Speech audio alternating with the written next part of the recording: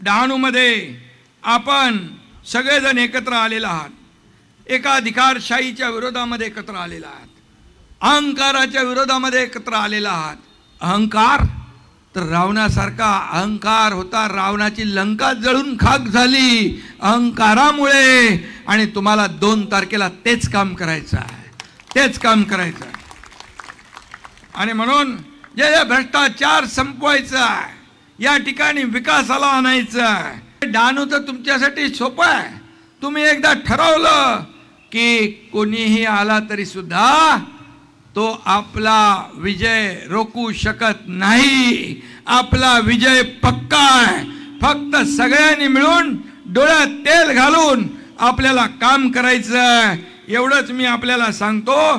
पुन्हा एकदा मनापासून आपल्याला मी धन्यवाद देत असताना या ठिकाणी फक्त आणि फक्त आमचा अजेंडा जो आहे, हा अजेंडा फक्त डेव्हलपमेंट डेव्हलपमेंट आणि डेव्हलपमेंट। मला मगाशी काही व्यापारी भेटले, काही विविध क्षेत्रामध्ये काम करणारे लोक भेटले, त्यांनाही मी सांगितलं त्यांनाही पाहिजे या भागामध्ये डहाणूमध्ये परिवर्तन पाहिजे ना, सगळ्यांना बदल पाहिजे, विकास पाहिजे।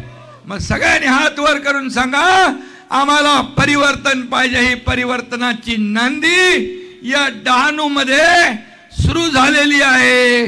2 तारखेला सगळ्यांनी 1 दिवस द्या। राजू माच्छी आणि त्यांचे सर्व सहकारी 5 वर्ष तुमची सेवा करतील, हा शब्द देतो। संवाद काहीच झाला नाही। संवाद ज्या निवडणुकी संदर्भातला संवाद होता, आपण सगळ्यांनी पाहिलं की त्या निवडणुकीचा एक असा फार्स तयार केला की अनगरमध्ये कुणाला येऊ दिलं जात नाही, कुणाला फॉर्म भरू दिले जात नाही, अनगरमध्ये दहशत आहे, या सगळ्या गोष्टीचा फार्स तयार केला गेला। वास्तविक पाहता अनगरमध्ये फॉर्म भरायला कोणालाही अडचण यायचं काही कारण नव्हतं।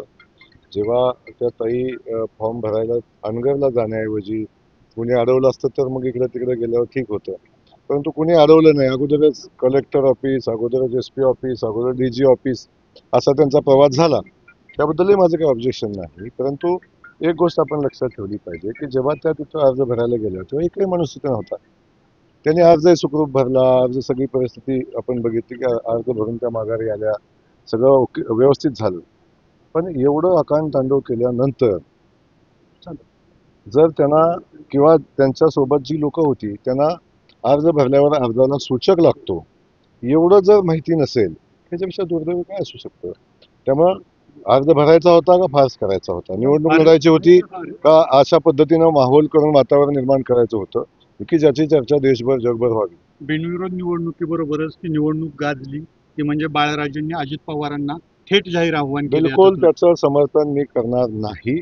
त्या संदर्भात त्यांनी स्वतः दिलगिरी व्यक्त केलेली आहे, त्यांच्या पिताजींनी दिलगिरी व्यक्त केलेली आहे, त्यामुळे त्याला तो विषय बऱ्यापैकी आता संपलेला आहे। भाजप आणि शिवसेनेमध्ये तणाव पाहायला मिळतोय। आज डहाणूच्या सभेत एकनाथ शिंदे अहंकाराविरोधात आपण लढतोय असं वक्तव्य केलं। दिल्ली बैठकीनंतर ही पहिली टीका होती। निवडणुकीमध्ये आपण बघता निवडणूक लढत असताना अशा पद्धतीची वक्तव्य होत असतात। आम्ही जरी महायुतीमध्ये एकत्र असलो तर स्थानिक पातळीवरच्या निवडणुका आहेत, स्थानिक गणित वेगळे आहेत, त्या गणिताप्रमाणे निवडणुका लढतोय। कुठं आम्ही सोबत आहे, कुठं विरोधात आहे, तेव्हा निवडणुकीच्या अनुषंगाने असे वक्तव्य होत राहतात। त्यामुळे त्याला फार सिरियसली घ्यायची काय आवश्यकता नाही। भाजपावरती आरोप केला जातो, घराणेशाहीचा आरोप होतोय भाजपावरती। खासदारांच्या